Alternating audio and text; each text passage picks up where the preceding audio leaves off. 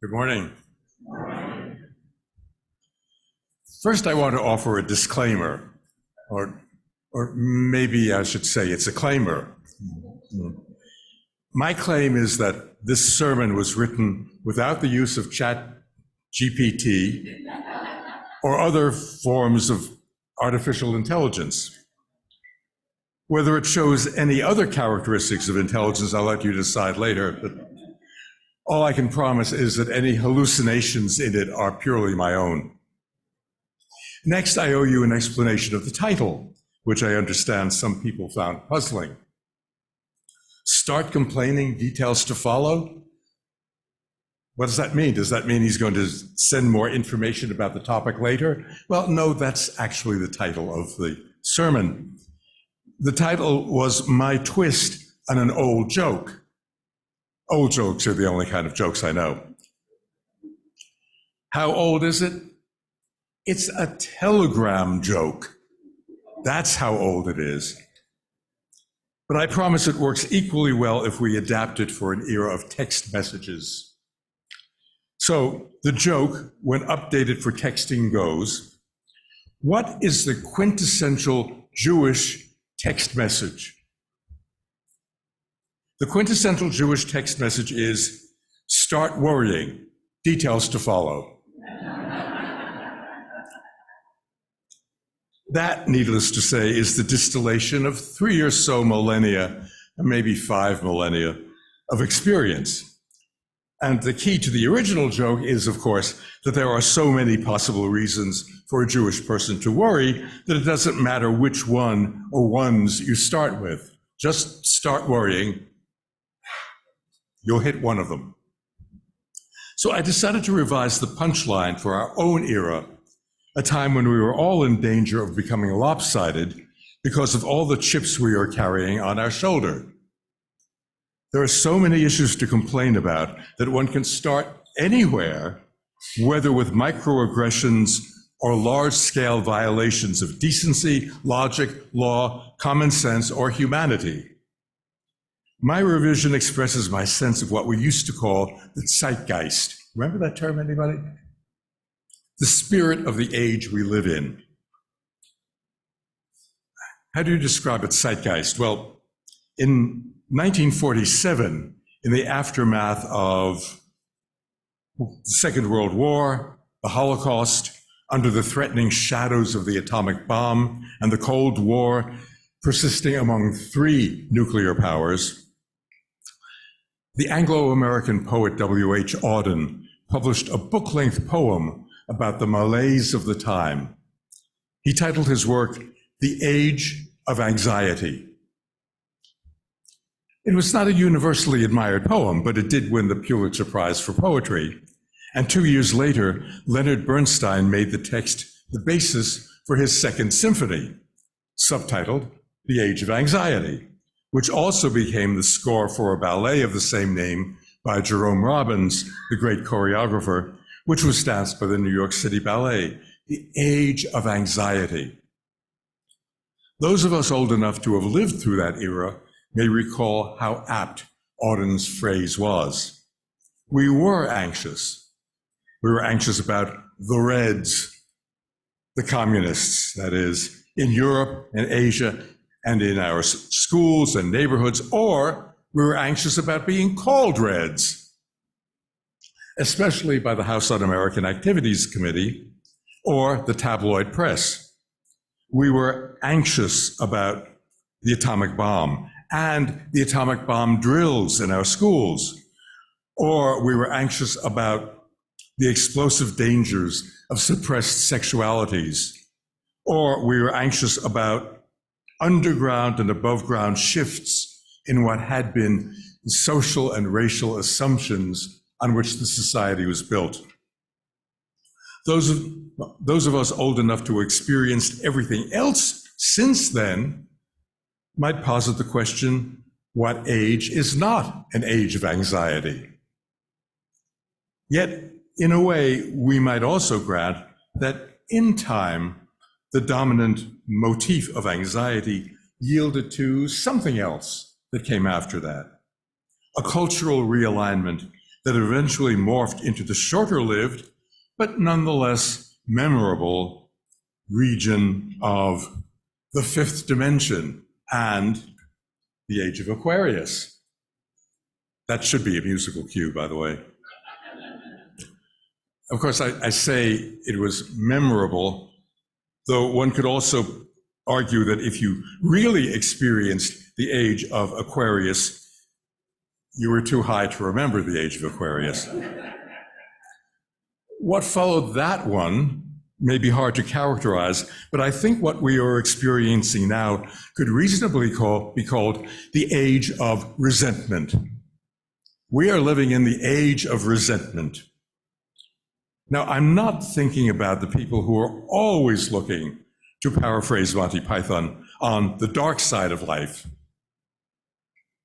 That's the sort of person that, any Savoyards here?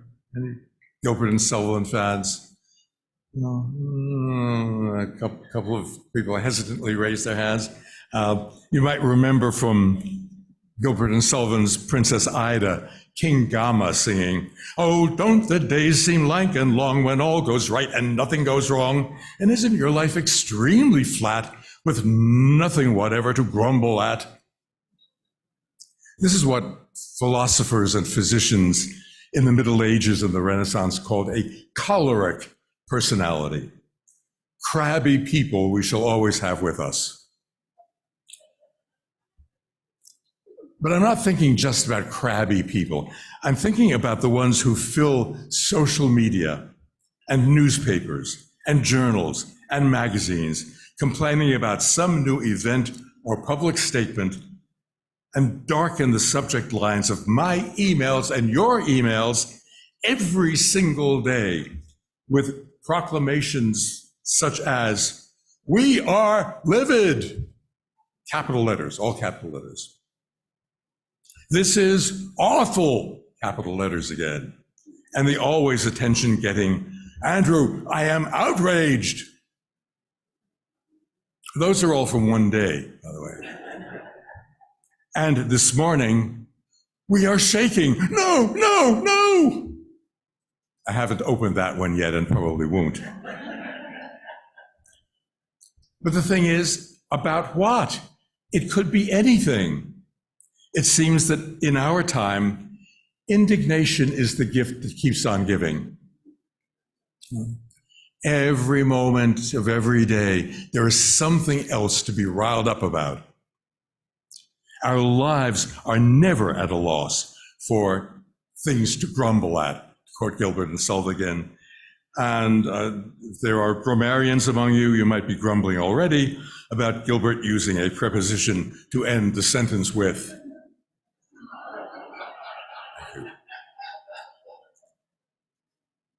Personal indignation is so often the default response to whatever is said and done, and just as often to what is not said or done. "Oh, you didn't talk about," how could you not talk about, how could you not mention, "We are livid. This is awful. I'm outraged." How could it not be the case when the poster boy exemplifying this age of resentment is naturally the former braggart-in-chief, who has now become the whiner-in-chief? And he, in turn, sparks kindling endless outrage day after day. He is another gift that keeps on giving. But if we look for ogres, there are too many to enumerate. There's our dear Vladimir Putin next. Benjamin Netanyahu and his band of merry men. They're the rulers of Iran and Afghanistan, any number of Supreme Court justices, a panoply of elected American officials, the head of the Spanish Soccer Federation. We are livid. This is awful. And yes, I am outraged. But we can't stop there because there are other verbal battles spreading to fill up a vast bandwidth of popular discourse in print social media, and of course, the blogosphere. The offenders range indeed from the grandly monstrous, whom I've mentioned already, to the almost absurd. Almost absurd, because beneath the surface of seeming triviality can lie genuine offenses and pain. For instance, what about Bradley Cooper's prosthetic nose, which he's wearing in a forthcoming movie to make him look more Jewish while portraying Leonard Bernstein? It's true. Is that playing into an anti-Semitic trope?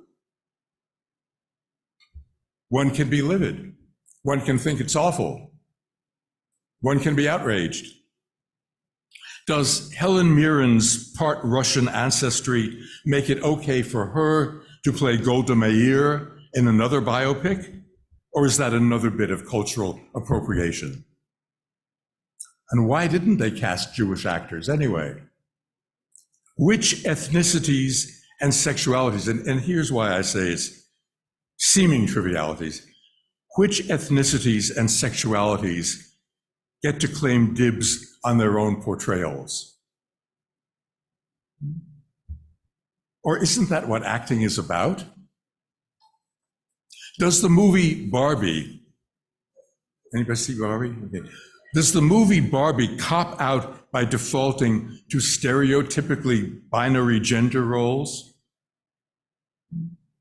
Is the final line, which anybody who's seen the movie will remember, and some will cherish, is the final line a fabulous, smart, daring joke, or a joy-crushing reversion to the simplest concept of what being a woman means? Which is it? One viewer's joy slams into another's pained feeling of betrayal.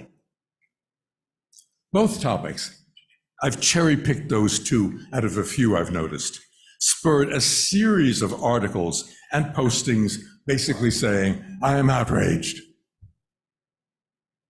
Well, if you are, well, if not outraged, at least annoyed by people being annoyed by such things, there's no shortage of the biggies that I've mentioned already, and we can always go back to the beginning of our list for the really bad actors who deserve our outrage and a lot more besides. One of the problems with these piled-on stimuli is that in number and prevalence, they create a force field of disruption in which we risk losing our vision of that which is truly outrageous. Racially and ethnically motivated murders, repression of women's reproductive and moral autonomy, sexually motivated assaults and killings, anti-Semitic attacks on Jewish people and organizations, widespread denial of voting rights, rising oppression against LGBTQI people and communities, general undermining of our educational institutions, including libraries, research institutes, and schools at all levels, callousness toward immigrants, astonishing inequality of wealth, the bruising and scorching of Mother Earth and all that dwells in and on her, the persistence of racism in all our structures and institutions. I could expand the already depressing list, but for the sake of lunch, I will not. And anyone who is not livid or outraged needs urgently to get woken up. But too much of this can lead to paralysis. How much can any one of us take on? How much outrage can we experience day after day without becoming exhausted by it and feeling that whatever we might do is hopeless? Will signing another petition about something that outrages me do anything besides earning me a gold star? Will dropping a few dollars for this worthy cause achieve anything except getting me another 5 sheets of complimentary return address labels? and never-ending solicitations for another contribution to the same organization? Maybe one signs, maybe one does contribute, or contributes again. It seems to me in this time that each one of us might do better for our own mental and emotional health to focus our attention selectively. This does not mean being indifferent to or accepting of the offenses and outrages we continue to perceive.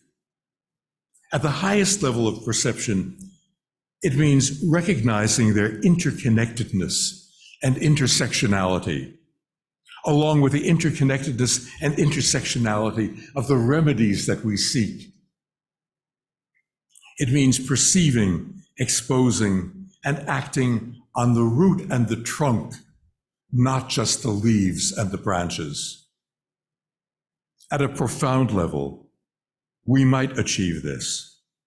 Until we get to that profound level, we still need to act tactically. And I think that means selectively. Look, we go into a good restaurant, look at a menu, and if we have made a happy choice of restaurants, we may see several dishes that we might enjoy.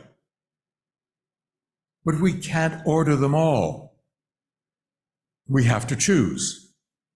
We need to choose and hope we will be satisfied with this rather than that.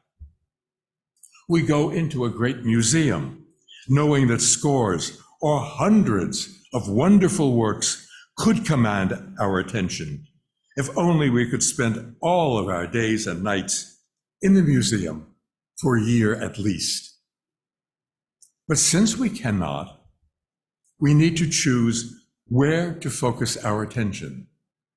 On this, not that, not because the one we choose is greater or better than others, but because it is the one that speaks to us most immediately at this moment.